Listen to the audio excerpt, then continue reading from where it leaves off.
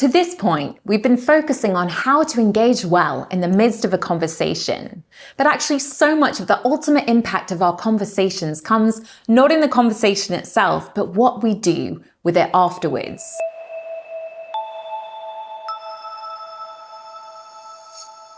If I handed you a $100 bill right now, I bet there is a very low probability that you would just leave it lying around somewhere and quickly lose it.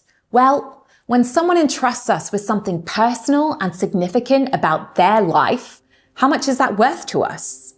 If we've had a good conversation with someone, they've very vulnerably trusted us with information about themselves, the names of family members, possibly information about the struggles they're facing, that a relative is ill, a hope, a dream, a frustration, and those are valuable gifts. And so we need to take care of them and not just toss them in the bin on our way out the door.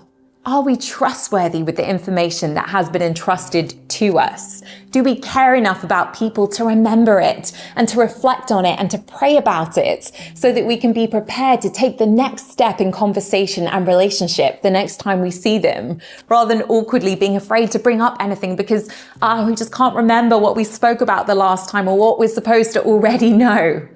Vince doesn't trust himself to remember all the important things about all the people that he has multiple conversations with, so he actually devotes a Microsoft Word file to people as a way of extending his memory. Now, I'll admit that when I first found out about this, I thought it was a little bit creepy. But as Vince pointed out, it's totally normal, even expected, for me to file notes on complete strangers that I study academically. So why not on living people that I actually am going to interact with again? Or how is it okay for Vince to have an app that records the batting average of every player on the New York Yankees to 0.1%, as well as all sorts of other random facts about their lives, and yet we often can't remember the names of our good friends' siblings? It's actually pretty pathetic, isn't it? Why is it okay for us to do so much research and study and to know so much about historical figures or professional athletes or entertainment celebrities, but so little about the people we've actually met? Now, oddly, we don't think it's weird to plan in detail for an interaction with someone if it's for a special occasion like their birthday, or if we're taking them out on a date. We praise this sort of preparation. Why?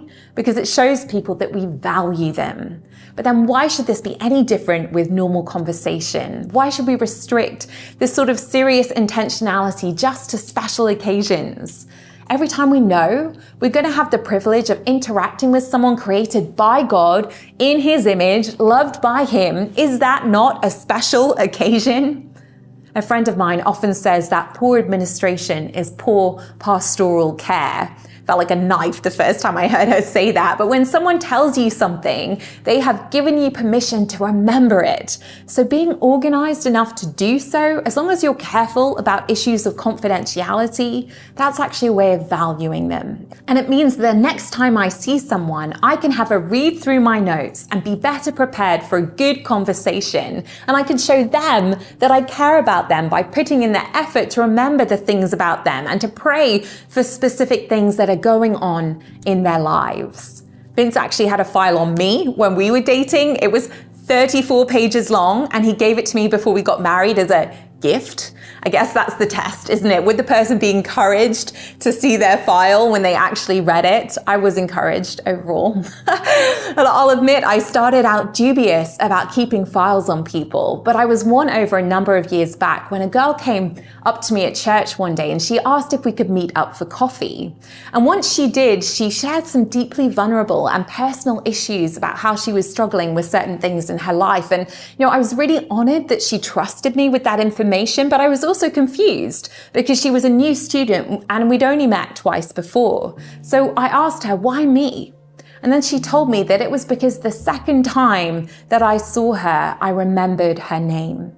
But the only reason that I had remembered her name was because the week before was the Sunday for incoming freshmen, and I was meeting so many new people that Vince reminded me to write a list of all their names on my phone, and so I just checked that list on the way into church the following week.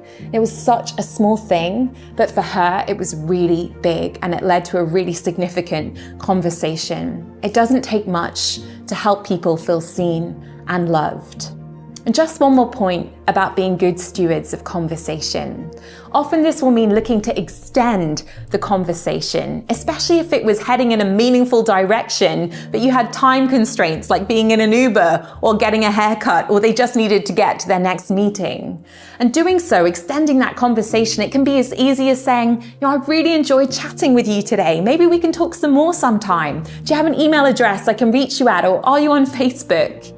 People are very willing to give social media details or their email addresses, even if they're a little more hesitant with phone numbers. In fact, in all the years that we've been intentional about conversations, we don't remember ever having someone turn down a request for an email address. And once you have it, you can set up a meeting for further conversation. And this actually works really well because the person will then know that you want to continue the previous conversation. And so not only is their agreement to meet a sign that they're open to continuing where you left off, but they'll also have given it some extra thought in preparation, which means that the next meeting often leads to a deeper and more substantive conversation than where you got to last time. And of course, in the meantime, you yourself can be praying and asking God to guide the conversation wherever He desires for it to go next. I invite you to do that very thing just now, to take some time out to think through some of the meaningful conversations that you've recently had, and to ask God to give you creative ideas for how to steward those conversations well, and what a meaningful and positive next step might look like in that relationship.